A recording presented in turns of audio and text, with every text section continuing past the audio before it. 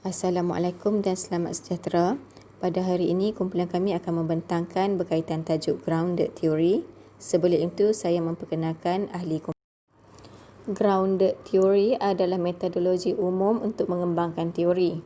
Metodologi pengembangan teori tersebut berasaskan pada pengumpulan data dan analisis data.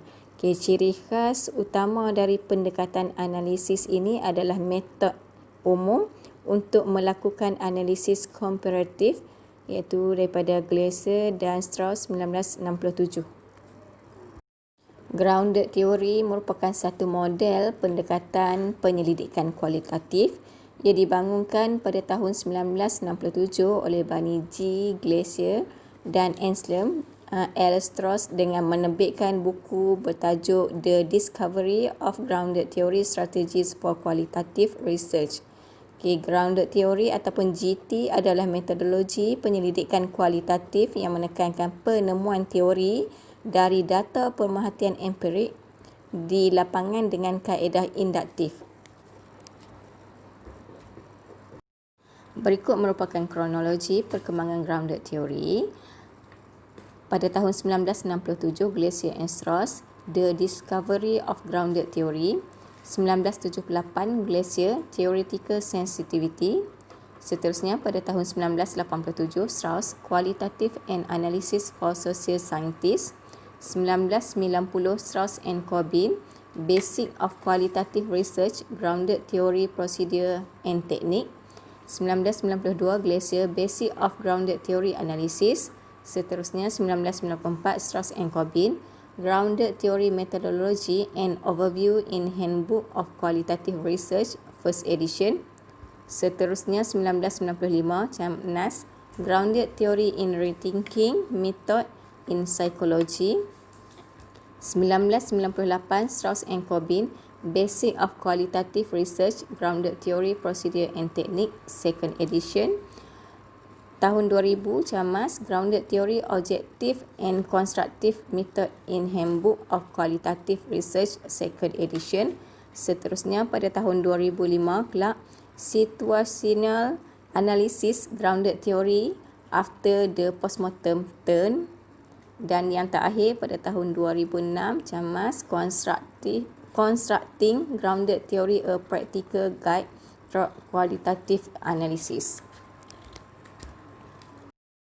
Seterusnya, kita lihat definisi konsep. GT adalah suatu yang bersifat konseptual, hasil pemikiran induktif dari data yang dihasilkan dalam penelitian mengenai suatu fenomena. Seterusnya, kita lihat prosedur penyelidikan GT. Yang pertama, melibatkan pandangan orang dalam memahami pengalaman yang diperoleh.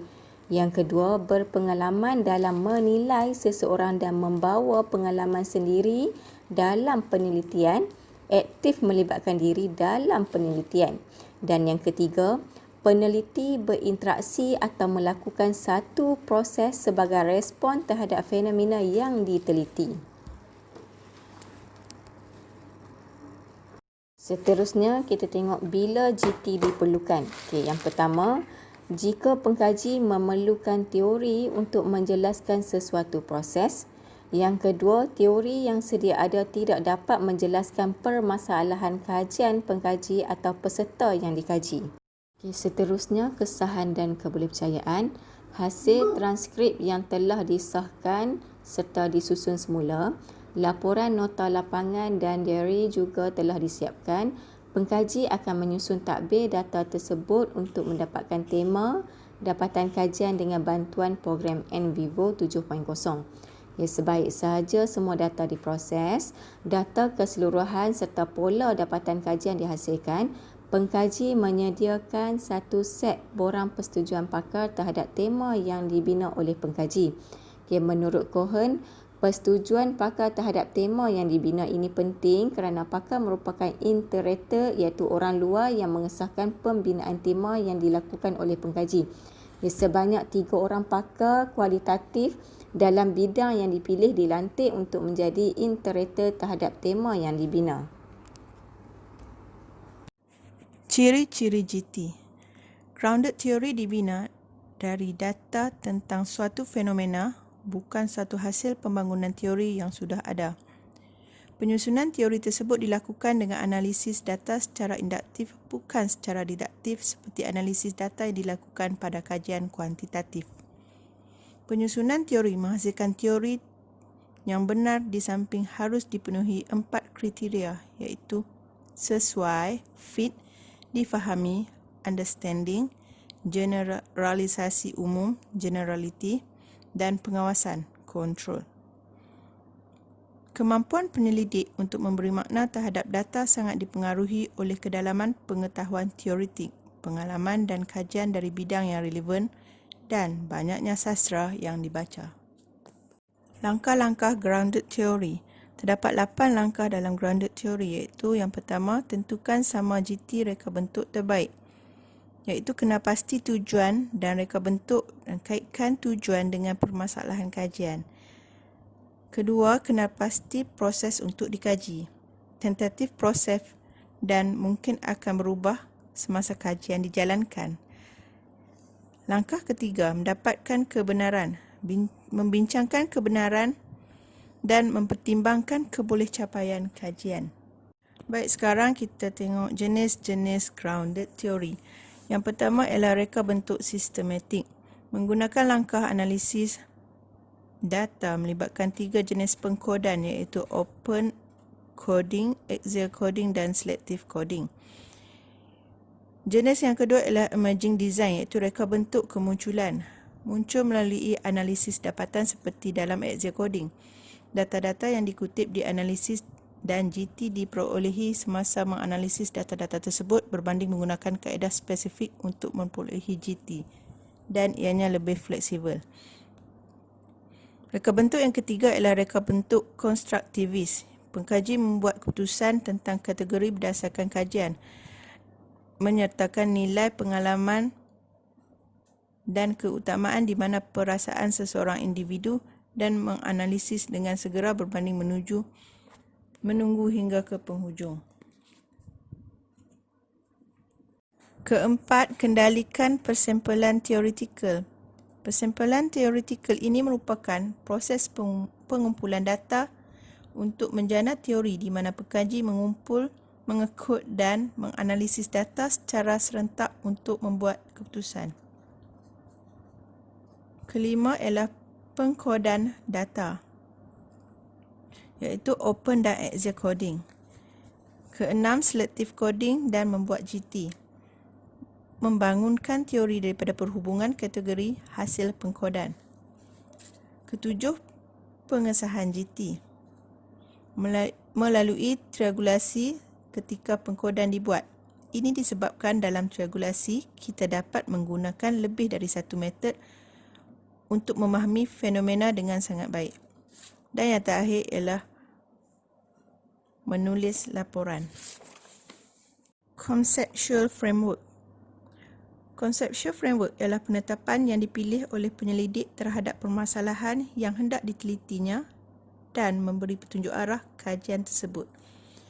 Okey, kita tengok yang pertama, merumuskan soalan, kemudian persempelan teori, mengadakan temu bual, pengumpulan data dan penamaan pengkodan, dia membangunkan tema-tema atau kategori iaitu pengkodan terbuka, paksi atau pilihan, kemudian membuat perbandingan berterusan, memo analitik, iaitu catatan tentang analisis yang berhubung dengan perumusan teori, dan yang terakhir membina teori. Metodologi coding. Pengkodan terbuka yang dibentuk daripada penelitian, dari temu bual, data pemerhatian, cerita yang didengar, pengetahuan sebelumnya, dan analisis dokumen-dokumen lain yang diambil dari fenomena yang dikaji. Pengkodan terbuka merupakan peringkat awal pengkategorian. Pada peringkat ini, data dipisahkan dari sebahagian daripada keseluruhan dan dibandingkan antara satu sama lain. Kategori adalah sejumlah unit data yang sama atau memiliki keserupaan dikelompokkan dalam satu kategori, kemudian diberi nama yang lebih abstrak. Dan yang terakhir, menulis memo atau penulisan Ianya bertujuan untuk mencetus, mengekal dan mendapatkan data melalui konsep dasar dalam memahami satu data yang mempunyai hubungan konsep. Ini adalah kaedah yang digunakan dalam grounded theory. Peringkat pengumpulan data, itu data collection, note taking, coding, memoing, sorting and writing. Kaedah catatan pengumpulan bagi maklumat tumbuh-buah pula ialah notes, coding and memos. Proses pengumpulan data. Variasi metod pengumpulan data di aplikasi seperti temu bual, memerhati, eksperimen dan pengumpulan data secara langsung. Dalam kajian kualitatif, temu bual atau pemerhatian dilakukan serentak untuk mengevaluasikan dari sebuah teori yang ada. Dalam grounded theory, permulaan pengumpulan data interpretif menjadi kunci awal pengumpulan data. Hasil temu bual atau pencatatan perakam audio atau video, interaksi dan atau kejadian dijelaskan, ditulis kembali dalam format dalam bentuk identifikasi yang jelas. Definisi coding. Aktiviti analisis dalam kajian kualitatif dilakukan dalam bentuk coding. Coding merupakan proses analisis data, iaitu data diperincikan, dikonsepkan dan diletakkan kembali bersama-sama dalam cara baru. Ini merupakan proses utama di mana teori-teori dibentuk. Coding merupakan langkah yang sangat penting dalam proses menganalisis data kualitatif dengan menggunakan pakej perisian komputer. Ianya melibatkan proses mengenal pasti petikan-petikan dalam teks dan menyimpan rujukan kepada petikan teks berkenaan dalam item database. Seterusnya, saya serahkan kepada Istini untuk pembentangan yang lebih mendalam tentang prosedur coding. Terima kasih. Seterusnya ialah prosedur coding untuk membina teori lebih daripada sekadar menguji pada teori, memberikan proses kajian suatu kepastian yang diperlukan untuk membuat teori menjadi ilmu pengetahuan yang baik, membantu penganalisaan yang bebas dari bias-bias dan andaian-andaian yang terbawa dan yang boleh berkembang selama proses kajian berlangsung, memberikan dasar atau alas coding, membina kesepaduan dan mengembangkan secara ketat penerangan teori yang lebih mendekati kenyataan. Seterusnya ialah aliran kajian yang menggunakan GT dan juga use of open coding.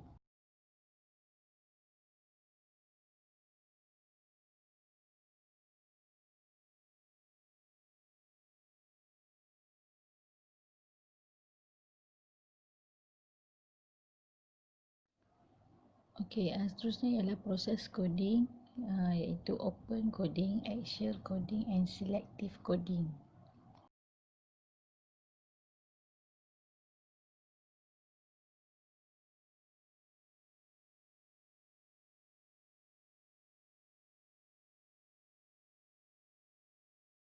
Penulisan laporan pertama bergantung kepada reka bentuk yang digunakan, pendekatan sistematik di mana laporan hampir sama kajian kuantitatif, iaitu rumusan masalah, metod kajian, analisis dan pembincangan serta hasil atau dapatan kajian.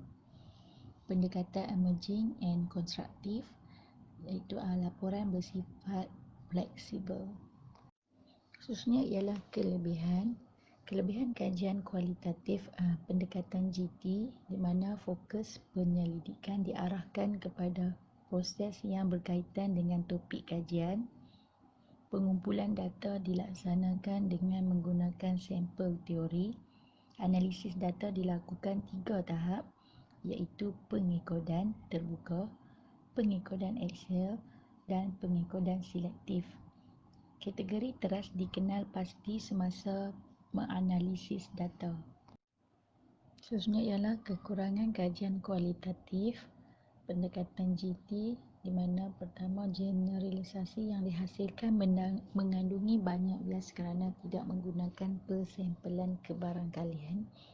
Hasil penelitian merupakan suatu teori atau satu generalisasi saja tergantung subjektiviti penyelidik.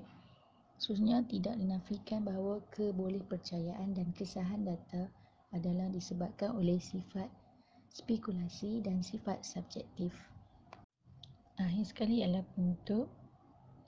Pertama, kajian GT sesuai digunakan dalam rangka menjelaskan fenomena, proses atau merumuskan teori yang umum tentang sebuah fenomena yang tidak boleh dijelaskan dengan teori yang ada. Yang kedua, semasa melakukan penyelidikan, penyelidik membuat catatan memo untuk menghuraikan idea yang berkaitan dengan data dan kategori yang dicipta.